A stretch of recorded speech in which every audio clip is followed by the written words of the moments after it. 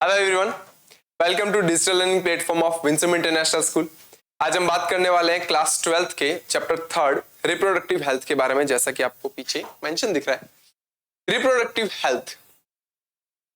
Health बताने से पहले मैं पीछे चैप्टर जो ह्यूमन रिप्रोडक्शन था उसके बारे में बात करता हूँ। हमने ये देखा था कि ह्यूमन के अंदर रिप्रोडक्शन जो है वो कैसे होता है, ठीक है। स्पर्म्स कैसे बनते हैं, स्पर्मेटोजेनेसिस, oogenesis की प्रोसेस क्या होती है, फर्टिलाइजेशन क्या होता है, इंसेमिनेशन क्या होता है, गैस्ट्रेशन पीरियड क्या होता है, पार्चुरेशन क्या होता है, लैक्टेशन क्या होता है। इन सब टेक्निक्स के बारे में, इन सब मेथड्स के बारे में हमने देखा था कि ये सब जो वर्ड्स हैं वो क्यों यूज किए जाते हैं, कैसे यूज किए जाते हैं, कहाँ यूज किए जाते हैं। करेक्ट। रिप्रोडक्टिवली हेल्थ वर्ड जो है वो किसके लिए आ रहा है? रिप्रोडक्टिवली हेल्थ का मतलब ये है कि कोई इंसान जिसका रिप्रोडक्टिवली बिहेवियर, ठीक है ना, उसके रिप्रोडक्टिवली ऑर्गन्स, ये सारे के सारे हेल्दी रहें। क्योंकि अगर ये हेल्दी रहेंगे तो स्पर्म और ओवम यानी जो गैमिट्स हैं उनका प्रोडक्शन सही तरीके से होगा। उनका प्रोडक्शन सही तरीके से होगा तो आने वाली जो जनरेशन्स हैं उनके अंदर जनरेशन्स या गैमिट्स बनने के दौरान या एक तरीके से फर्टिलाइजेशन के दौरान कोई दिक्कत नहीं आएगी। तो जो फीमेल है उसको प्रेगनेंसी कंसीव करने में भी कोई प्रॉब्लम नहीं होगी, तो जनरेशन इजीली आगे बढ़ेगी। करेक्ट। तो ये रिप्रोडक्टिवली हेल्थ में और क्या क्या टर्म्स आती हैं, ठीक है, इसका और ब्रॉड मीनिंग क्या होता है, उस सब के बारे में बात करते हैं। चलिए इंट्रोडक्शन की बात करते हैं। देखो, the reproductively health means the total well being in all aspects of reproduction. यानी रिप्रोडक्शन से रिलेटेड जितने भी एस्पेक्ट्स हैं वो सारे के सारे कैसे होने चाहिए? वेल बीइंग होने चाहिए। इसीलिए हम कह सकते हैं कि अगर ये सारे के सारे एस्पेक्ट्स सही हैं तो एक पर्सन रिप्रोडक्टिवली हेल्दी है। उसमें और क्या क्या आता है? देखो, इट इंक्लूड्स फिजिकल हेल्थ आती है, इमोशनल हेल्थ आती है, बिहेवियरल एंड सोशल वेलबींग। चार तरह की वेलबींग्स आती है। Number first physical, number second emotional, number third behavioural and number fourth social wellbeing. अगर ये चारों एस्पेक्ट्स वेलबींग है तो मैं कह सकता हूं कि वो पर्सन रिप्रोडक्टिवली क्या है? हेल्दी है। Then India introduced a number of programs to ensure reproductively health to all in 1951, like reproductively health programs and family planning. सुनना ध्यान से, ये रिप्रोडक्टिवली हेल्थ जो है वो बहुत जरूरी है हमारी सोसाइटी के लिए। बताऊं क्यों? क्योंकि अगर लोग रिप्रोडक्टिवली हेल्दी नहीं होंगे तो वो एक रिप्रोडक्टिवली हेल्दी सोसाइटी फॉर्मेशन नहीं कर पाएंगे, सोसाइटी नहीं बना पाएंगे, ठीक है। यहाँ बहुत सारी फिर डिजीजेस होने की संभावनाएं रहती है। अगर मैं बात करूं एक इंटरनेशनल लेवल पर या नेशनल लेवल पर भी बात करते हैं तो सबसे पहले इंडिया वो कंट्री थी, क्योंकि इंडिया की जो पॉपुलेशन है वो बहुत ज्यादा बढ़ती जा रही थी। आफ्टर फ्रीडम जो है पॉपुलेशन बहुत ज्यादा बढ़ती जा रही थी, तो गवर्नमेंट को कोई ना कोई कदम उठाने पड़े कि यार ये तो ऐसे तो पॉपुलेशन जो है वो बहुत ज्यादा बढ़ती जाएगी तो हमारा देश जो है उस देश के अंदर एक तरीके से देखा जाए तो मेल न्यूट्रिशन, गरीबी, ये सारी चीजें जो है वो और बढ़ती जाएगी, महंगाई बढ़ेगी। सबसे ज्यादा तो बात ये है। तो गवर्नमेंट ने सोचा भाई कोई ना कोई तो हमें एक्शन लेना पड़ेगा। तो गवर्नमेंट ने क्या किया, एक प्रोग्राम चालू किया, और वो इंडिया सबसे पहली कंट्री थी। ये क्वेश्चन यहां से आता है कि सबसे पहली कंट्री कौन थी? इंडिया कंट्री थी जिसने बहुत सारे प्रोग्राम्स चलाए थे। किसके लिए? टू इंश्योर रिप्रोडक्टिवली हेल्थ, यानी लोगों को रिप्रोडक्टिवली हेल्थ के बारे में समझाया जाता था, उन प्रोग्राम्स के बारे में उनको अवेयर किया जाता था, उनको एजुकेट किया जाता था कि ये है क्या और आप इससे क्या समझ सकते हो और इसको आप मेंटेन कैसे कर सकते हो। इन प्रोग्राम्स में ये सब चीजें बताई जाती थी, और मोस्टली उन लोगों को बताई जाती थी जो लोग इन चीजों से डरते हैं, ठीक है, इन चीजों के बारे में खुल के बात नहीं करते। जैसे कि गांव के अंदर कुछ लोग जो होते हैं, जैसे वो अभी भी गांव के कई सारे ऐसे इलाके हैं जहां पर लोग अभी भी अनएजुकेटेड हैं, उन लोगों को इन सब चीजों के बारे में नहीं पता, तो वहां समझाई जाती थी। हाँ, शहरों में भी कई सारे कैंप्स लगाए जाते थे जिनमें इन सब चीजों के बारे में एजुकेट किया जाता था लोगों को। और कब किया था उन्होंने? 1951 में किया था, ठीक है। उन प्रोग्राम्स का नाम था reproductively health programmes and the family planning. ये प्रोग्राम था। नाम पूछे जाते हैं, कब, ईयर ये भी पूछा गया है, और इंडिया ही पहली कंट्री था जिसने ये प्रोग्राम स्टार्ट किया था पूरे वर्ल्ड के अंदर, ठीक है। पूरे वर्ल्ड के अंदर सबसे पहली कंट्री इंडिया थी जिसने अपने कंट्री में ये प्रोग्राम्स चालू किया था। किसके लिए? रिप्रोडक्टिवली हेल्थ के लिए। नेक्स्ट बात करते हैं, एम क्या थे reproductively and child health care RCH programmes. देखो, उसके बाद बताता हूं मैं आपको। सबसे पहले तो रिप्रोडक्टिव हेल्थ केयर और फैमिली प्लानिंग प्रोग्राम्स नाम दिया था। उसके बाद में टाइम टू टाइम क्या हुआ था, ये प्रोग्राम्स अपडेट होते गए। अपडेट होने के बाद में अब इनका जो नाम है वो ये है, reproductively and reproductive and child health care RCH programme कहते हैं इसको। अब ठीक है ना, एट प्रेजेंट टाइम इसका नाम ये है, वो फैमिली प्लानिंग वाला नाम जो है वो अपडेट कर दिया गया है। तो उसके एम क्या थे, ये क्यों चलाए गए थे? To aware people about the reproductive related aspects, ठीक है। Second, to create reproductively healthy society. How has the government taken measures? तो गवर्नमेंट ने बोल तो दिया कि भैया हम रिप्रोडक्टिवली हेल्दी सोसाइटी के लिए काम कर रहे हैं, अवेयर कर रहे हैं पीपल्स को। कैसे अवेयर करोगे आप पीपल्स को, ठीक है ना, कैसे बताओगे उनको इनके बारे में? तो देखो, तो both governmental and non governmental organisation, इसको शॉर्ट में NGO कहते हैं, non governmental organisations have developed several audio visual aids and pamphlets. Audio visual का मतलब क्या होता है? ऑडियो विजुअल एड्स का मतलब होता है कि कहीं बड़ी स्क्रीन लगा करके दिखाना कि देखो ये रिप्रोडक्टिवली हेल्थ का मतलब ये है, ठीक है। पैम्पलेट्स मतलब कुछ पेपर के ऊपर प्रिंट करवाना, वो सब बांट देना लोगों में, ठीक है। ये सारी चीजें जो है गवर्नमेंट और नॉन गवर्नमेंट NGOs कर रहे थे लोगों को अवेयर करने के लिए। Awareness is being created among the school children by introducing sex education in schools. Sex education schools के अंदर बढ़ावा देना चाहिए, ठीक है ना। क्यों? क्योंकि जो छोटे बच्चे होते हैं उनको इन सब चीजों के बारे में कुछ भी नहीं पता होता। एडोलेसेंस जिसकी हम बात करते हैं कि जब एक छोटा बच्चा जो होता है कि वो धीरे धीरे बड़ा होकर के अपनी टीन एज में जाता है, तो उसकी बॉडी में क्या क्या चेंजेस आते हैं, उन चेंजेस के बारे में किसी को नहीं बता पाता। हाँ, कुछ बच्चे ऐसे होते हैं जो अपने फ्रेंड्स को, ठीक है ना, अपने पेरेंट्स को या अपने टीचर्स को बता पाता है, लेकिन मोस्ट ऑफ द बच्चे ऐसे होते हैं जो अपने अंदर आने वाले उन चेंजेस के बारे में खुल करके किसी से बात नहीं कर पाते। तो अगर उन लोगों को सेक्स एजुकेशन दी जाए, उन्हें इनका मतलब बताया जाए, तो वो लोग जो है वो काफी इजीली क्या कर पाते हैं, अपनी जो भी समस्याएं हैं वो खुल करके किसी के सामने बता पाएंगे, ठीक है। सेक्स एजुकेशन इसलिए भी बहुत जरूरी है क्योंकि वो ये पता लगाने में हेल्प करती है कि क्या चीज सही है और क्या चीज गलत है। सही और गलत के बीच का फर्क जो है वो भी सेक्स एजुकेशन जो है वो हमें बताती है। तो लगभग सेक्स एजुकेशन देखा जाए तो लगभग 8-9th क्लास में जो बच्चा पढ़ रहा होता है ना, उसको उस समय दी जानी चाहिए। हालांकि ये चैप्टर जो है वो मान लो 10th में आते हैं, लेकिन 10th से पहले भी 8-9th क्लास में भी ये सब चीजें बतानी चाहिए, क्योंकि इसी टाइम पे एक बच्चा जो होता है वो टीन एज में एंटर करता है, करेक्ट। तो उन्होंने अवेयरनेस बढ़ाई कि स्कूल्स में जो है वो सेक्स एजुकेशन जो है उसको बढ़ावा मिलना चाहिए। नेक्स्ट बात करते हैं AIIMS and needs of sex education in schools. Sex education जो है उसकी जरूरत क्यों है स्कूल्स के अंदर? क्योंकि देखो, to provide the right information about sex related aspects. Sex related aspects जो है उनके बारे में सही जानकारी होना बहुत जरूरी है। क्यों? क्योंकि बहुत सारी ऐसी भ्रांतियां होती है, बहुत सारे ऐसे मिसकंसेप्शंस होते हैं जो लोगों को आपस में क्या करते हैं, उलझा देते हैं, ठीक है ना। कोई कुछ कह रहा है, कोई कुछ कह रहा है, कोई कुछ कह रहा है, लेकिन वो सिर्फ और सिर्फ सुनी सुनाई बातें हैं। सही बात कोई भी नहीं बता पाता क्योंकि पता ही नहीं है। तो जब कोई बड़े लोग जो है या एजुकेटेड लोग जो है, ये लोग जो है सही तरीके से किसी चीज को समझाएंगे तो हमें सही बात का पता चलेगा और मिसकंसेप्शंस दूर होंगे, correct.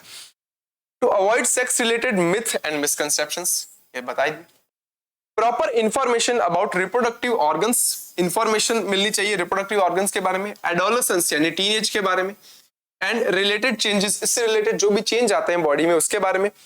Safe and hygienic sexual practices, sexually transmitted diseases important है, यानी ऐसे डिजीजेस जो सेक्सुअली ट्रांसमिट होती है जिनको एसटीडी बोलते हैं, जैसे कि एड्स एक्सेट्रा, इन सब के बारे में जानकारी होना बहुत जरूरी है।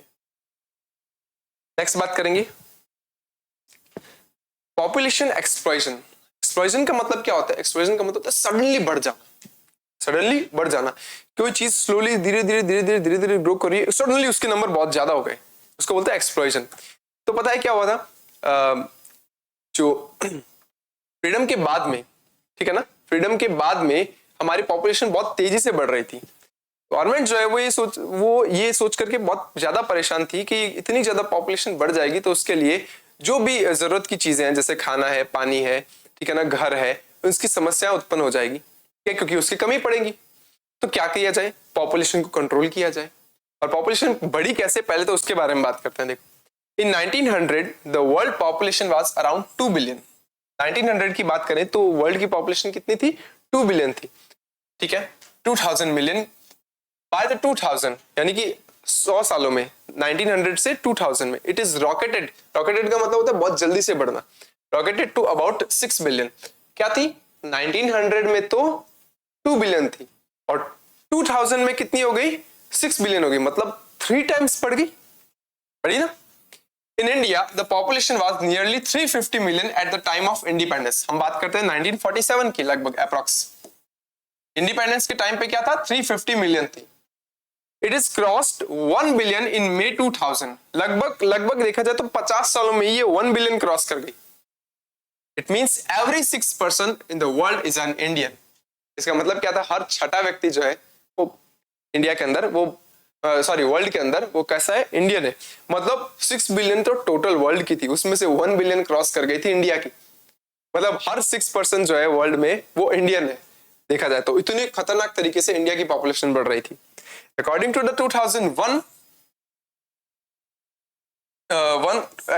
2001 census reports, the population growth rate was still around 1.7% per year. मतलब 1.7% पर ईयर का मतलब है कि 17% पर 1000 पर्सन इन अ ईयर। मतलब ये ग्रोथ रेट कैसे निकालते हैं मैं बताता हूं आपको। प्रति 1000 व्यक्ति जो है पर 1000 पर्सन में एक साल में जन्म लेने वाले व्यक्ति जो है यानी बर्थ कितनी हो रही है उसको हम ग्रोथ रेट बोलते हैं कि पर 1000 पर्सन के अंदर 17% पर ईयर जो है वो बर्थ ले रहे हैं यानी जन्म ले रहे हैं, उनका जन्म हो रहा है, तो उसको हम ग्रोथ रेट बोलते हैं। क्या था, स्टिल अराउंड 1.7 मतलब 17% पर 1000 ईयर्स, रेट एट विच और population could be double in 33 years. और अगर यही रेट जारी रही, कंटिन्यू रही, तो अगले क्या 33 सालों में हम अपने पॉपुलेशन का जस्ट डबल हो सकते हैं। इतनी खतरनाक यही रेट दिखने में लगती है 1.7, ठीक है ना, पर बहुत खतरनाक ग्रोथ रेट है ये। रीजंस फॉर पॉपुलेशन एक्सप्लोजन, क्या रीजंस है पॉपुलेशन एक्सप्लोजन के, मतलब इतनी जल्दी ग्रोथ क्यों हो रही है, ठीक है ना, इतनी जल्दी पॉपुलेशन क्यों बढ़ी, उसके बारे में बात करते हैं। नंबर फर्स्ट रीजन क्या है इसका, increased health facilities and better living conditions. लोग जो है वो बहुत अच्छी लाइफस्टाइल जीने लगे हैं। पुराने टाइम पे तो क्या था, लोग जो है वो बहुत पुअरनेस वाली लाइफ जो है वो बहुत ही, एक तरीके से देखा जाए ना तो एक तरीके से अच्छी लाइफ नहीं जीते थे, ठीक है ना। इंक्रीज हेल्थ फैसिलिटीज इंक्रीज हुए तो लाइफ जो है उसके चांसेस बढ़े हैं। पहले लोग जो है जिनको डिजीज हो जाती थी तो उनको पता भी नहीं चलता था, ढंग से उनका इलाज नहीं मिलता था, वो मर जाते थे। जैसे जैसे लोग अवेयर हुए, लोग एजुकेटेड हुए हैं, वैसे वैसे डिजीज के बारे में लोगों को पता चला है, उसके इलाज के बारे में पता चला है, तो लोग उसका ट्रीटमेंट करवाते हैं, तो लोग मरते नहीं है। तो हेल्थ फैसिलिटीज बढ़ी है, ठीक है, लोगों की लाइफस्टाइल अच्छी हुई है, ठीक है। उसके बाद second, rapid decline in a death rate. Death rate भी कम हुई है क्योंकि जब डिजीज है उनका इलाज पॉसिबल है, ठीक है ना, तो लोग मरेंगे नहीं। हेल्थ फैसिलिटीज बढ़ेगी तो लोगों को मरने नहीं दिया जाएगा। डॉक्टर्स इतना काम करते हैं, डॉक्टर्स कहते हैं नहीं नहीं कैसे भी कंडीशन हो हम पूरा ट्राई करेंगे कि पेशेंट को बचा ही ले। बिल्कुल है, इतनी सारी मशीन्स आई है, इतने सारे ट्रीटमेंट्स हैं हमारे पास आज। तो डिक्लाइन हुआ है डेथ रेट, किसमें, किसकी death rate, maternal mortality rate जिसको हम MMR बोलते हैं, एंड इन्फेंट मोर्टेलिटी रेट जिसको हम IMR बोलते हैं। मैटरनल मोर्टेलिटी रेट, MMR का मतलब होता है कि जो मदर है, ठीक है ना, जन्म के टाइम पे कई बार क्या होता है मदर की डेथ हो जाती थी पुराने टाइम में, क्योंकि पुराने टाइम में हॉस्पिटल्स में बच्चे थोड़ी ना होते थे, पुराने टाइम पे घरों में बच्चे होते थे, ठीक है ना। तो उस समय अगर मेडिकल फैसिलिटीज अवेलेबल थी नहीं, इतनी ज्यादा नहीं होती थी, तो अगर कुछ देखा जाए तो कुछ कॉम्प्लिकेशंस आ गए तो मदर या बच्चा दोनों में से कोई एक या दोनों ही मर जाते थे। लेकिन जब से मेडिकल फैसिलिटीज आई है तब से ना तो मदर जो है उसको मरने दिया जाता है, ना बेबी को मरने दिया जाता है। तो maternal mortality rate MMR and infant mortality rate IMR, उसमें भी क्या हुआ है, कमी आई है। Increase the number of people in reproductable age. Youngsters जो रिप्रोडक्टिव एज में आए, यंगस्टर्स जो होते हैं देखा जाए तो लगभग देखा जाए 18 से लेकर के 25-30 की एज के जो लोग हैं वो इंडिया में बढ़े हैं। तो वो इंडिया में लोग ऐसे रिप्रोडक्टिव एज वाले लोग बढ़ेंगे तो सीधी सी बात है वो रिप्रोडक्शन करके बच्चे पैदा करेंगे तो पॉपुलेशन ऑटोमेटिकली बढ़ेगी। Impacts of population explosion, impact क्या पड़ा, इम्पैक्ट क्या पड़ेगा, क्या खराब इफेक्ट पड़ेंगे। It has led to the scarcity of the basic requirements such as food, shelter and clothing. ये मैंने बताया था बेसिक रिक्वायरमेंट्स में कमी आएगी फूड, शेल्टर, क्लॉथिंग में। Therefore it is necessary to check this increased population। इसीलिए देखा जाए तो ये जरूरी है कि इसको चेक किया जाए। चेक का मतलब होता है कि इसको रोका जाए। चेक का मतलब ये है, ये चेक मतलब रोकना, कंट्रोल करना, कि पॉपुलेशन एक्सप्लोजन को रोका जाए, कि बढ़ती हुई पॉपुलेशन जो है वो खराब है, हमारे लिए अच्छी नहीं है, उसको रोको। ठीक है। Control measures to the check population explosion. हम कंट्रोल मेजरमेंट्स क्या ले सकते हैं ताकि हम चेक कर सके पॉपुलेशन एक्सप्लोजन को? इसका प्रॉपर वर्ड देखा जाए तो चीक कह सकते हैं ना। चीक मतलब कंट्रोल करो, रोको इसको। Motivate smaller families by using contraceptive methods. कुछ कॉन्ट्रासेप्टिव मेथड्स यूज करने के बाद देखा जाए तो हम कह सकते हैं पॉपुलेशन इतनी नहीं बढ़ती, क्योंकि कॉन्ट्रासेप्टिव मेथड्स क्या करते हैं, स्पर्म और ओवम के बीच में फर्टिलाइजेशन जो होता है उसको रोकते हैं। कॉन्ट्रासेप्टिव मेथड्स यूज करेंगे तो प्रेगनेंसी कंसीव नहीं होगी। ठीक है। और स्मॉलर फैमिलीज जो है उसको मोटिव करो कि हाँ बच्चे जो है वो कम ही रखे, एक कपल जो है वो 1 या 2 बच्चे जो है वो ही करे, हाईएस्ट तो ज्यादा बेटर है। ज्यादा बच्चे करोगे तो उसके बाद क्या होगा, ढंग से उन सब पे ध्यान नहीं दिया जाएगा। ठीक है ना। एक कपल पहले पुराने जमाने में होता है, एक कपल के 8-10 बच्चे हो जाते थे, 8-10 बच्चे, उनमें से सभी पे ढंग से ध्यान ही नहीं दिया जाता था उनको। क्यों? कुछ बच्चे जो है वो कहीं जा रहे हैं, कुछ बच्चे कहीं जा रहे हैं, कुछ बच्चे फिर क्या खराब आदतों में लग जाते थे, पेरेंट्स को तो पता ही नहीं है। क्यों? इतने सारे बच्चे हैं, किस किस पे ध्यान दें? हाँ, इसीलिए 1 या 2 बच्चे होते हैं तो प्रॉपर केयर कर पाते हैं उनकी। अवेयर कैसे करें पीपल्स को ऑफ द स्लोगन हम दो हमारे दो? ये स्लोगन आपने कई बार देखा होगा, वी टू और two. Many couples have adopted one child norm, यानी देखा जाए तो वन चाइल्ड नॉर्म जो है उसको भी उन्होंने अडॉप्ट किया कि एक कपल जिसके सिर्फ एक ही बच्चा होगा, चाहे वो लड़का है चाहे वो लड़की है। ठीक है। उसके बाद statutory raise of marriageable age for female 18 years and males 21 years. यानी कि अब क्या किया जाता है, ऐसा चल रहा है, अभी तक हुआ नहीं है, कि एक फीमेल की जो मैरिजेबल एज है वो 18 ईयर्स जो है उससे बढ़ा करके 21 कर दी जाए, और मेल की जो है वो 21 से बढ़ा करके 24 कर दी जाए। अभी चल रहा है ये मामला जो है, अभी तक इस पे कोई फैसला आया नहीं है। तो बोल रहे हैं कि 18 ईयर और 21 ईयर्स जो ये लड़की और लड़के की जो मैरिजेबल एज है उसको थोड़ा सा बढ़ा दिया जाए। बर्थ कंट्रोल की बात करेंगे हम। बर्थ कंट्रोल कैसे होता है, देखो। It is essential to ensure birth control to check the population growth. जरूरी है, बर्थ पे कंट्रोल करना जरूरी है, ठीक है, ताकि बढ़ती हुई पॉपुलेशन को रोका जा सके। मैं बात करूं, the government have the come out with various programs to encourage the smaller families by means of the various contraceptive methods। Government ने कई सारे प्रोग्राम्स जो है उनको इंट्रोड्यूस किया है, जिससे कि जो ये स्लोगन जो हम दो हमारे दो वाला है उसके लिए, ताकि बर्थ कंट्रोल किया जा सके और ज्यादा से ज्यादा देखा जाए तो कॉन्ट्रासेप्टिव जो यूनिट्स है, जो कॉन्ट्रासेप्टिव मेथड्स है वो यूज करे और बेबीज या उनका बर्थ या पॉपुलेशन को कंट्रोल करे। कॉन्ट्रासेप्टिव मेथड्स क्या होता है, सुनो। Contraceptive devices are used to prevent unwanted pregnancy, to prevent the spreading STDs और prevent the pregnancies. Contraceptive methods में कुछ कॉन्ट्रासेप्टिव डिवाइसेस यूज की जाती हैं जो किसके लिए होती है, टू प्रिवेंट अनवांटेड प्रेगनेंसीज, ताकि अनवांटेड प्रेगनेंसीज ना हो। इसका दूसरा एक फायदा और है, ये कॉन्ट्रासेप्टिव मेथड्स बचाते हैं सेक्सुअली ट्रांसमिटेड डिजीज से भी, एसटीडी, क्योंकि ये वो डिवाइसेस होती है जो स्पर्म और ओवम या मेल और फीमेल का जो फ्लूइड होता है उनको आपस में मिक्स नहीं होने देती। तो ऐसी डिजीजेस जो कि स्पर्म और ओवम के साथ जो फ्लूइड आता है उस फ्लूइड के मिक्स होने से होती है, या मेल से फीमेल में या फीमेल से मेल में फैलती है। तो ये अब फ्लूइड तो मिक्स होगा ही नहीं, वहां पे फ्लूइड मिक्स नहीं होगा तो कैसे फैलेगी, नहीं फैलेंगी एसटीडीज। तो इस कारण से क्या होता है, ये एसटीडीज से भी बचाती है कौन, कॉन्ट्रासेप्टिव डिवाइसेस। इसके बाद देखिए कॉन्ट्रासेप्टिव मेथड्स की बात करते हैं। तो कॉन्ट्रासेप्टिव मेथड्स आर 2 टाइप्स, 2 तरह के कॉन्ट्रासेप्टिव मेथड्स होते हैं। Number first, natural methods of the contraception. Natural methods के अंदर क्या होता है, किसी भी तरह की कोई दवाई यूज नहीं ली जाती, ठीक है ना, किसी भी तरह की कोई दवाई यूज नहीं ली जाती, ठीक है ना। कुछ नेचुरल मेथड्स होते हैं जिससे कि हम स्पर्म और ओवम जो है उसको आपस में फर्टिलाइज करने से रोकते हैं। Number second is artificial means of contraception. Artificial में क्या होता है, कुछ दवाइयां, कुछ मेडिसिन और कुछ डिवाइसेस यूज की जाती है जो कि स्पर्म और ओवम के फर्टिलाइजेशन को प्रिवेंट करती है या रोकती है।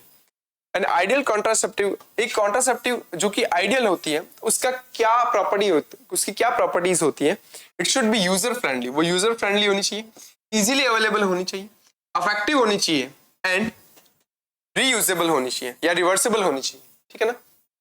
ये 4, 1 2 3 4, ये 4 प्रॉपर्टीज एक आइडियल कॉन्ट्रासेप्टिव मेथड में होनी चाहिए। नो और लीस्ट साइड इफेक्ट्स, उस मेथड के कोई साइड इफेक्ट्स नहीं हो तो बहुत ही कम। It should not interfere with the sexual drive, वो सेक्सुअल ड्राइव में कोई इंटरफेयर नहीं करनी चाहिए, सेक्सुअल डिजायर में और सेक्सुअली एक्ट में कोई भी इंटरफेयर ना करे। उसके अंदर देखो, सबसे पहले बात करते हैं नेचुरल एंड ट्रेडिशनल मेथड्स की बात करते हैं। यानी क्या बोला, नेचुरल मेथड्स के अंदर हम क्या करते हैं, कुछ नेचुरल मेथड्स यूज करते हैं, मेडिसिन बिल्कुल यूज नहीं करेंगे। कैसे, देखो, it works on the principle of avoiding chances of ovum and sperms mating. It includes, इसमें क्या क्या इंक्लूड किया जाता है, सबसे पहले बात करते हैं हम नेचुरल या ट्रेडिशनल मेथड्स में पीरियोडिक एब्सेंस। पीरियोडिक एब्सेंस के अंदर क्या होता है, it involves avoiding of coitus from days 10 to 17 of the menstrual cycle when the ovulation could be expected। ये देखो, इस कंडीशन में क्या होता है, पीरियोडिक एब्सेंस के अंदर एक कपल 10th डे से लेकर के 17th डे, किसका, मेंस्ट्रुअल साइकिल का, एक फीमेल के अंदर जो मेंस्ट्रुअल साइकिल का 10th से 17 डेज होता है, उसमें वो कोइटस या सेक्सुअल इंटरकोर्स से बचते हैं। कारण क्या है, इसका कारण ये है कि हमने ये देखा था कि 14th डे पर क्या होता है, ओवम रिलीज होता है, या 14 डे या उसके आसपास ओवम रिलीज होता है। तो इसको ना 10th to 17 डेज जो है ना, इसको रिप्रोडक्टिव पीरियड बोला जाता है, क्योंकि इसी दौरान ओवम रिलीज होता है और सेक्सुअल इंटरकोर्स के टाइम पे क्या हो जाएगा, वहां अगर स्पर्म चले जाएंगे तो फर्टिलाइजेशन होकर के प्रेगनेंसी की संभावना बनेगी। तो वो इस टाइम पर इंटरकोर्स से बचते हैं। इंटरकोर्स से बचेंगे तो स्पर्म और ओवम का मीटिंग होगा ही नहीं, फर्टिलाइजेशन होगा नहीं, तो प्रेगनेंसी कंसीव नहीं होगी।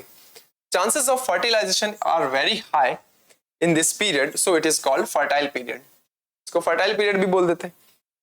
तो इस टाइम पे क्या है, वो सेक्सुअल इंटरकोर्स से बचते हैं कपल्स। बताओ, इसमें तो कोई दवाई यूज की नहीं, बस एक नेचुरली कुछ मेथड्स जो है वो ध्यान में रखा है, नेचुरली टाइम पीरियड को ध्यान में रखा उन्होंने, करेक्ट।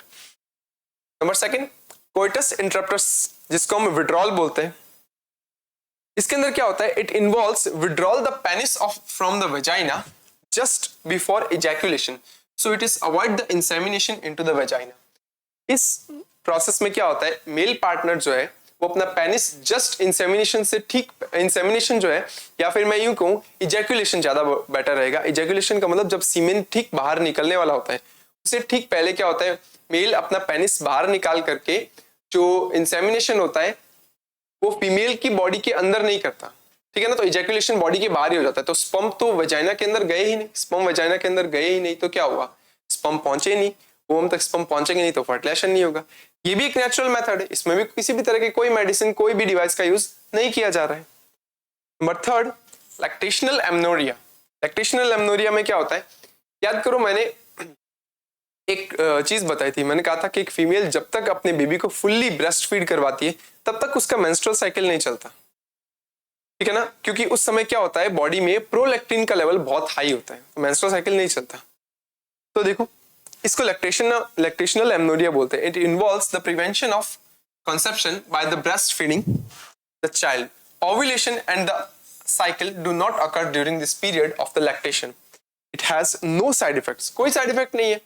क्या है, जब तक एक फीमेल अपने बेबी को फुल्ली ब्रेस्ट फीड करवाएगी, ये लगभग अप टू 6 मंथ तक होता है, एक बेबी के जन्म के 6 मंथ के बाद तक, अप टू 6 मंथ, मतलब किसी किसी में 2 महीने, 3 महीने, 4 महीने, 5 महीने तक भी ऐसा होता है कि बेबी के जन्म के बाद में मेंस्ट्रुअल साइकिल नहीं आता, ठीक है। तो उस टाइम पर ओवम भी रिलीज नहीं होगा, ओवम रिलीज नहीं होगा तो स्पर्म अगर जाएंगे तो किसके साथ फर्टिलाइज करेंगे, किसी के साथ नहीं, तो वहां पर प्रेगनेंसी कंसीव भी नहीं होती है, ठीक है। इसका कोई साइड इफेक्ट नहीं है। However it is effectively up to 6 months, लिखा है ना, ये हाईएस्ट 6 मंथ तक ही क्या है, इफेक्टिव है। Following parturition a chance of failure of this method is so high। कई बार इसके फेलियर के चांसेस भी ज्यादा हो जाते हैं। क्यों, क्योंकि हम ये समझते हैं कि ओवम रिलीज ही नहीं हो रहा, लेकिन सडनली क्या होता है, फीमेल का मेंस्ट्रुअल साइकिल चल जाता है, तो इसके फेल रहने के चांसेस भी काफी है। लेकिन ये ऐसे मेथड्स हैं जिनमें किसी भी तरह का कोई डिवाइस या कोई भी दवाई, मेडिसिन यूज में नहीं ली जा रही है, करेक्ट। तो ये नेचुरल मेथड्स हैं। अब मैं बात करता हूँ आर्टिफिशियल मेथड्स की। आर्टिफिशियल में कुछ डिवाइसेस यूज करते हैं जो कि आर्टिफिशियली स्पर्म और ओवम को मिलने से रोकती हैं। नंबर फर्स्ट देखो, बैरियर मेथड्स की बात करते हैं।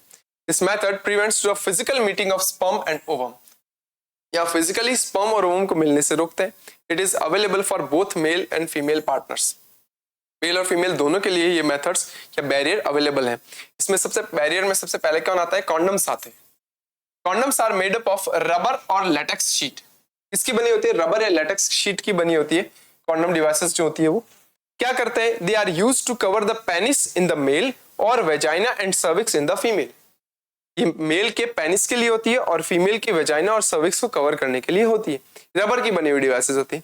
They are used just before coitus, ये कोइटस से ठीक पहले यूज किया जाता है, so that the semen does not enter into the female reproductive tract, ताकि मेल का जो सीमेन है वो फीमेल रिप्रोडक्टिव ट्रैक्ट में एंटर ना करे। Condoms are very popular because condoms बहुत सारे पॉपुलर कैसे हैं, it protect the user from the STD and AIDS, ये sexually transmitted disease just like ads इन सबसे भी बचाव करता है। इट इज डिस्पोजेबल, ये डिस्पोजेबल होता है, एक बार यूज करने के बाद फेंकने वाले होते हैं। It can be self inserted and thereby give privacy to user, ये खुद ही लगाए जा सकते हैं जिसके कारण क्या होता है, जो भी इसका यूजर है उसकी प्राइवेसी बनी रहती है, ठीक है ना। एक कॉन्डम का ब्रांड है निरोध, वो बहुत पॉपुलर है, जो मेल्स के लिए कॉन्डम बनाता है, ठीक है ना, ये आपके एनसीईआरटी में दिया हुआ भी है। उसके बाद और कौन सी डिवाइसेस है, diaphragms, cervical caps and vaults. Diaphragm, cervical caps और वॉल्ट्स जो होते हैं वो फीमेल की रिप्रोडक्टिवली या कॉन्ट्रासेप्टिवली डिवाइसेस हैं। These are barriers made up of rubber, ये भी रबर से बनी हुई है, and they are inserted into the female reproductive tract to cover the cervix during coitus, ये females की है, ठीक है। They prevent two conceptions by blocking the entry of sperm through the cervix, तो ये cervix को ब्लॉक कर देती है ताकि sperms जो है वो अंदर एंटर ना कर पाए। They are reusable, ये इंपॉर्टेंट है, ये कैसे होती है, reusable होती है। उसके बाद देखो थर्ड, स्पर्मिसाइडल क्रीम्स जो स्पर्म्स को मारती है, jellies, foams are used along with the barriers to increase contraceptive efficiency. अगर इनके साथ में कुछ स्पर्मिसाइडल क्रीम्स, जेलीज, फोम्स इन सब का यूज करें तो कॉन्ट्रासेप्टिव एफिशिएंसी बढ़ जाती है, स्पर्म और ओवम आपस में नहीं मिल पाते, ठीक है। उसके बाद देखिए बी नंबर बात करते हैं, इंट्रा यूटेराइन डिवाइसेस, आईयूडीज कहते हैं शॉर्ट में इनको। ये कुछ ऐसी डिवाइसेस होती हैं जो मेटल की बनी हुई होती है, इनको यूट्रस के अंदर लगाया जाता है, ठीक है। इनको यूट्रस के अंदर लगाने के कारण क्या है, जब स्पर्म अंदर जाएंगे यूट्रस से होकर के गुजरेंगे तो ये आईयूडीज जो है वो उन स्पर्म्स की मोर्टेलिटी को कम कर देती है या स्पर्म्स को मार देती है ताकि वो ओवम तक ही ना पहुंचे। तो जो यूट्रस होता है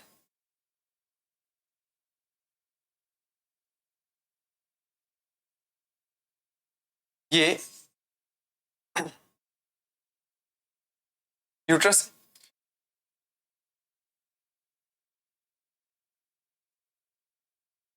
ये हिस्सा थोड़ा पतला, ठीक है, यूं हिस्सा थोड़ा पतला होता है, that is cervix and that is vagina. तो यहाँ पे इस ट्रैक से होकर के यहाँ अंदर की तरफ वो डिवाइसेस लगाई जाती हैं। कैसे दिखती हैं ये डिवाइसेस, ये टी शेप की होती है, ये ऐसे टी शेप की होती है, ये होती है IUDs, intrauterine devices. These devices are used only by female, और ये सिर्फ फीमेल्स के लिए होती है। They are inserted by doctors or experts nurses to the uterus through the vagina, vagina के थ्रू होकर के यूट्रस के अंदर इनको लगाया जाता है। क्या इंक्लूड्स होते हैं इसके अंदर, non medicated IUDs, non medicated IUDs में आता है लिपेस लूप, वो अंदर लगाया जाता है यहाँ, और कॉपर रिलीजिंग आईयूडी जो कॉपर आयन रिलीज करती है, क्योंकि कॉपर आयंस जो होते हैं वो स्पर्म्स की मोर्टेलिटी को कम कर देते हैं। उसमें कौन कौन आता है, कॉपर टी, कॉपर 7, मल्टीलोड 375, ये अलग अलग तरह के क्या है, कॉपर रिलीजिंग डिवाइसेस है, ठीक है। इन सभी पे क्वेश्चन आया हुआ है, लिपेस लूप पे आया हुआ है, कॉपर टी, कॉपर 7, मल्टीलोड 375, सभी पर क्वेश्चन पूछा गया है। और कैसे है वो भी ध्यान रखना, ये नॉन मेडिकेटेड आईयूडीज है और ये कॉपर रिलीजिंग आईयूडीज है। उसके बाद हार्मोन रिलीजिंग आईयूडीज भी होती है, क्योंकि इसमें प्रोजेस्टेरोन एंड LNG-20 आती है, इन दोनों पर भी क्वेश्चन आया। इट मेक्स द यूट्रस, अब बात तो ये कर लेते हैं ना कि ये जो आईयूडीज है इनका काम क्या है, it makes the uterus unsuitable for implantation. अगर बाई चांस मेल और फीमेल गैमेट्स फ्यूज हो भी गए हैं तो वो यूट्रस में आकर के इम्प्लांट होंगे, तो ये आईयूडीज कुछ ऐसे हॉर्मोन्स रिलीज करती है जो कि यूट्रस की इनर लाइनिंग जो होती है जिसको एंडोमेट्रियम बोलते हैं वो अनसुटेबल बना देती है ताकि वहां पर इम्प्लांटेशन हो ही नहीं पाएगा। And the cervix hostile to the sperm, और सर्विक्स जो होती है उस वो एंट्री सर्विक्स जो होता है उसके अंदर कुछ ऐसे चेंज आते हैं ताकि स्पर्म सर्विक्स से होकर के आगे जा ही नहीं पाए। कैसे, क्योंकि सर्विक्स में म्यूकस का अमाउंट बढ़ जाता है, म्यूकस इतना गाढ़ा होता है उस टाइम पे कि वो स्पर्म उसको पार करके अंदर यूट्रस में जा ही नहीं पाते। IUDs increase the phagocytosis of sperms. IUDs और क्या करती है, फैगोसाइटोसिस रिएक्शन बढ़ा देती है। वहां पर कुछ WBCs होती है, तो WBC क्या करती है, स्पर्म्स को पकड़ पकड़ के खा जाती है, तो फैगोसाइटोटिक रिएक्शन बढ़ने लगती है, तो स्पर्म जो होते हैं वो खत्म हो जाते हैं वही, तो ओवम तक पहुंच ही नहीं पाएंगे। The copper ions suppress the motility and fertilizing capacity of sperms। Copper ions का काम क्या होता है, ये तो सप्रेस करते हैं मोटालिटी को स्पर्म्स की, और फर्टिलाइजिंग कैपेसिटी जो होती है स्पर्म्स की उसको भी खत्म करते हैं। IUDs are ideal contraceptive for the females who want to delay pregnancy और स्पेस द चिल्ड्रंस। ये एक आइडियल कॉन्ट्रासेप्टिव डिवाइसेस है फीमेल्स के लिए जो कि प्रेगनेंसी थोड़ा डिले करना चाहती है, या फिर एक बच्चे से दूसरे बच्चे के बीच में कुछ अंतर रखना चाहती है, और वो जरूरी भी है। एक बच्चे से दूसरे बच्चे के बीच में कम से कम 3 साल का अंतर जरूरी होता है। उसके बाद देखो ओरल कॉन्ट्रासेप्टिव्स। ओरल कॉन्ट्रासेप्टिव्स ये कुछ ऐसी डिवाइसेस होती है जो मुंह द्वारा ली जाती है, ठीक है ना, टैबलेट्स के फॉर्म में। This method is used to females only. ये भी सिर्फ फीमेल्स लेती है। It is used in the form of tablets, hence they are also known as a pills. उनको पिल्स के नाम से भी जानते हैं। They contain hormones either progesterones or progesterone estrogen combinations। In pills के अंदर क्या होता है, प्रोजेस्ट्रॉन होता है या प्रोजेस्ट्रॉन एस्ट्रोजन का कॉम्बिनेशन होता है। अकेला प्रोजेस्ट्रॉन या प्रोजेस्ट्रॉन एस्ट्रोजन का कॉम्बिनेशन मिलेगा।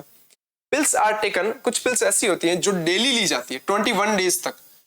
कब, जब मेंस्ट्रुअल साइकिल का फर्स्ट डे है उस दिन से चालू कर लो, या फर्स्ट 5 डेज में से किसी भी एक दिन चालू कर लो, ठीक है, और 21 डेज तक लगातार हर दिन एक पिल लेनी पड़ेगी। इसका एग्जांपल मैं आपको बताता हूं, ऐसी पिल जो रोज लेनी पड़ती है मालाडी, ठीक होती है मालाडी। ये वो पिल है जो हर डे लेनी पड़ती है, ठीक है ना। Pills are taken daily from 21 days starting with the first 5 days of the menstrual cycle, ठीक है, after a gap for 7 days. अब आपको पता है मेंस्ट्रुअल साइकिल कितने दिन का होता है, मेंस्ट्रुअल साइकिल होता है 28 टू 29 डेज। अगर मान लो पहले दिन से भी अगर किसी फीमेल ने वो कॉन्ट्रासेप्टिव पिल्स लेनी स्टार्ट करी तो 21 डेज तक तो उसने क्या किया, कंटिन्यूली। फिर क्या होगा, उसके बाद 7 दिन का गैप, तो 28 डेज कंप्लीट हो गए। फिर उसके बाद नेक्स्ट मेंस्ट्रुअल साइकिल का क्या होगा, पहला दिन चलेगा और फिर तब से 21 डेज फिर से चलना पड़ेगा। After a gap of 7 days during which menstruation occurs. हाँ, पूरे महीने मेंस्ट्रुएशन नहीं आएगा। मेंस्ट्रुएशन होता है ना फर्स्ट 5 डेज से, मेंस्ट्रुएशन पूरे महीने नहीं आएगा। 21 डेज तक जब तक लो ली जाती है तब तक मेंस्ट्रुएशन नहीं चलेगा। लेकिन वो जो 7 दिन का गैप आ रहा है ना, उस गैप के दौरान मेंस्ट्रुएशन होगा, क्योंकि ये जरूरी भी है, ठीक है ना। मेंस्ट्रुएशन हम एकदम से ब्लॉक नहीं कर सकते, वो 7 दिन का गैप जरूरी है मेंस्ट्रुएशन के लिए। It has been repeated in the same pattern till the female desires to prevent conception. ये तब तक लिया जाना चाहिए जब तक एक फीमेल जो है वो प्रेगनेंसी नहीं चाहती, कॉन्सेप्शन नहीं चाहती है। They inhibit ovulation। ये पिल्स क्या करती है, ओव्यूलेशन नहीं होने देती, ओम रिलीज ही नहीं होने देगी, या ओम रिलीज हो गया तो इम्प्लांटेशन नहीं होने देगी। As well as alter the quality of the cervical mucus the prevent entry of sperms. और ये क्या करती है, वही जो सर्विक्स जो होती है उसके अंदर क्या होता है, म्यूकस का अमाउंट बढ़ा देती है। म्यूकस का अमाउंट बढ़ जाएगा तो क्या होगा, स्पर्म आगे एंटर कर ही नहीं पाएंगे। Pills are very effective with the fewer side effects. Pills जो होती है वो बहुत इफेक्टिव है लेकिन उसके साइड इफेक्ट्स बहुत कम है। एक और पिल है Saheli. It is a non steroidal preparation, non steroidal है ये, ठीक है। Used as a oral contraceptive pills as a once in a week. ये डेली नहीं ली जाती, एक वीक में एक ली जाती है, ठीक है। ये पिल जो है with very few side effects, इसके साइड इफेक्ट्स बहुत कम है और विद हाई कॉन्ट्रासेप्टिव वैल्यू। इसकी कॉन्ट्रासेप्टिव वैल्यू भी बहुत अच्छी है, ठीक है। इसका फॉर्मेशन, इसका निर्माण जो है वो कहाँ हुआ है, CDRI, central drug research institute, Lucknow में हुआ है इसका निर्माण, ठीक है ना। उसके अंदर पिल जो है, ये सहेली पिल जो है ये बनाई गई है। उसके बाद इंजेक्टेबल्स। इंजेक्टेबल्स का मतलब क्या होता है, इंजेक्शन देना। It involves the uses of hormone progesterone alone और द कॉम्बिनेशन विद एस्ट्रोजन। ये भी पिल्स के जैसे ही काम करता है, ठीक है। इंजेक्शन कैसे लगाता है, प्रोजेस्टेरॉन एस्ट्रोजन का कॉम्बिनेशन या फिर खाली प्रोजेस्टेरॉन का इंजेक्शन लगाते हैं। ये भी कौन लेता है, by females as the injections और इम्प्लांट्स अंडर द स्किन। या तो इंजेक्शन लगवा लो या इसके इम्प्लांट्स जो होते हैं वो स्किन के नीचे लगा दिए जाते हैं, वो तो थोड़ा थोड़ा हार्मोन रिलीज करते रहते हैं।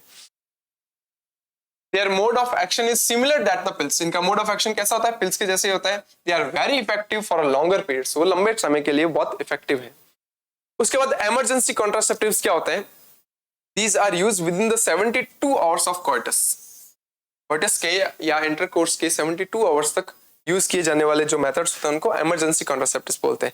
ये रेप केसेस में, ठीक है ना, और कैजुअल इन अनप्रोटेक्टेड इंटरकोर्स जो होता है उस टाइम पे यूज कर लिया जाता है कि मतलब प्रेगनेंसी नहीं ही चाहिए, ठीक है ना। और रेप केस तो अलग हो जाता है, मामला ही अलग हो जाता है। उस दौरान पे अगर मान लो गलती से फीमेल प्रेग्नेंट हो जाती है तो उसको बहुत अगर देखा जाए तो बहुत छोटी एज की अगर एक बच्ची है, ठीक है ना, उसके साथ ये घटिया घिनौना काम हुआ है तो, लेकिन वो भी अब अगर 30 ईयर्स से ऊपर की है तो उसमें भी तो ओम रिलीज हो रहा होगा ना। तो कई बार क्या होता है वो प्रेग्नेंट हो जाती है जो उसकी हेल्थ के लिए बहुत ज्यादा खराब है, ठीक है। और कैजुअल अनप्रोटेक्टेड इंटरकोर्स जो होता है उनको हटाने के लिए भी ये यूज में लिया जा सकता है। It involves the administration of the progesterone और the progesterone estrogen combinations and IUDs. इसमें क्या क्या लिया जाता है, हम प्रोजेस्टेरोन का इंजेक्शन लगा सकते हैं फीमेल को, प्रोजेस्टेरोन एस्ट्रोजन का कॉम्बिनेशन का इंजेक्शन लगा सकते हैं और आईयूडी यूज कर सकते हैं इमीडिएटली। तो अगर कल को अगर फर्टिलाइजेशन हो भी गया होगा तो इम्प्लांटेशन नहीं होगा, ठीक है ना। नेक्स्ट देखिए surgical methods, they are also known as sterilization method. इनको स्टेरिलाइजेशन मेथड भी बोलते हैं, surgical methods. These are the permanent और terminal method to prevent pregnancy. ये वो मेथड्स हैं जो कि परमानेंट मेथड है, यानी कि इनको करवाने के बाद आगे प्रेगनेंसी कंसीव करने की पॉसिबिलिटी लगभग ना के बराबर है, ठीक है। इसको स्टेरिलाइजेशन मेथड, जिनको हम आम भाषा में बोल देते हैं नसबंदी, ठीक है ना, आम भाषा में बहुत पॉपुलर वर्ड है ये आम लोगों के बीच में, नसबंदी।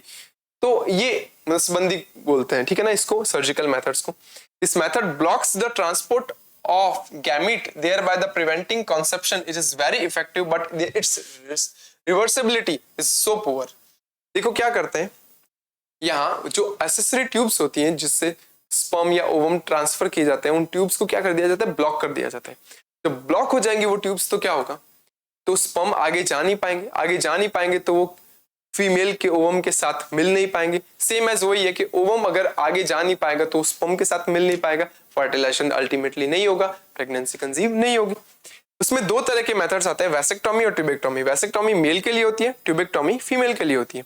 वैसेक्टोमी में क्या होगा, it is the sterilization procedure in males, ये मेल्स के लिए है। In this a small part of vas deferens is removed और tied up through the small incision on the scrotum.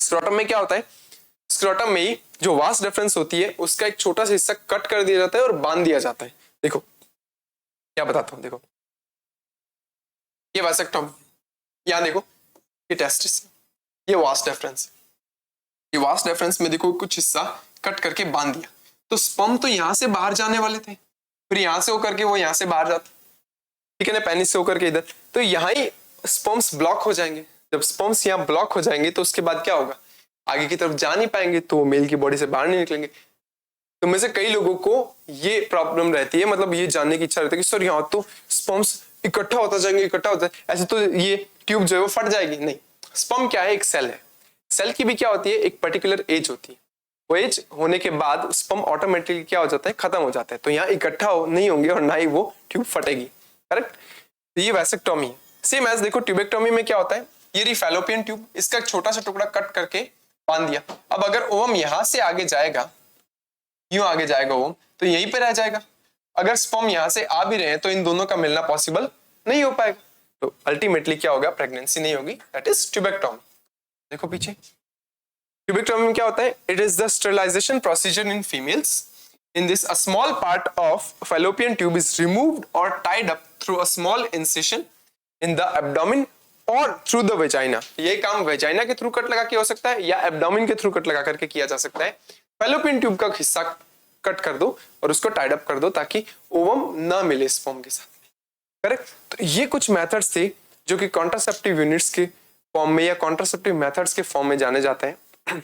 आज हमने क्या देखा, हमने जनरली देखा कि रिप्रोडक्टिवली हेल्थ क्या होती, पॉपुलेशन एक्सप्लोजन क्या है, कैसे कैसे हुआ, क्यों हुआ, ठीक है। उसके बाद पॉपुलेशन एक्सप्लोजन के नुकसान क्या है, ठीक है, और उसको कंट्रोल करना क्यों जरूरी है। कॉन्ट्रासेप्टिव मेथड्स क्या होता है, कॉन्ट्रासेप्टिव मेथड्स में दो नेचुरल मेथड्स और आर्टिफिशियल मेथड्स देखिए। नेक्स्ट हम बात करेंगे नेक्स्ट लेक्चर के अंदर कुछ सेक्सुअली ट्रांसमिटेड डिजीजेस के बारे में, मेडिकल टर्मिनेशन ऑफ प्रेगनेंसी के बारे में और कुछ अदर प्रोसेस के बारे में, ठीक है। अगर आपको इससे रिलेटेड कोई भी डाउट है तो आप नीचे कमेंट सेक्शन में पूछ सकते हैं। तब तक के लिए keep learning and keep growing with Winsome International school. Thank you.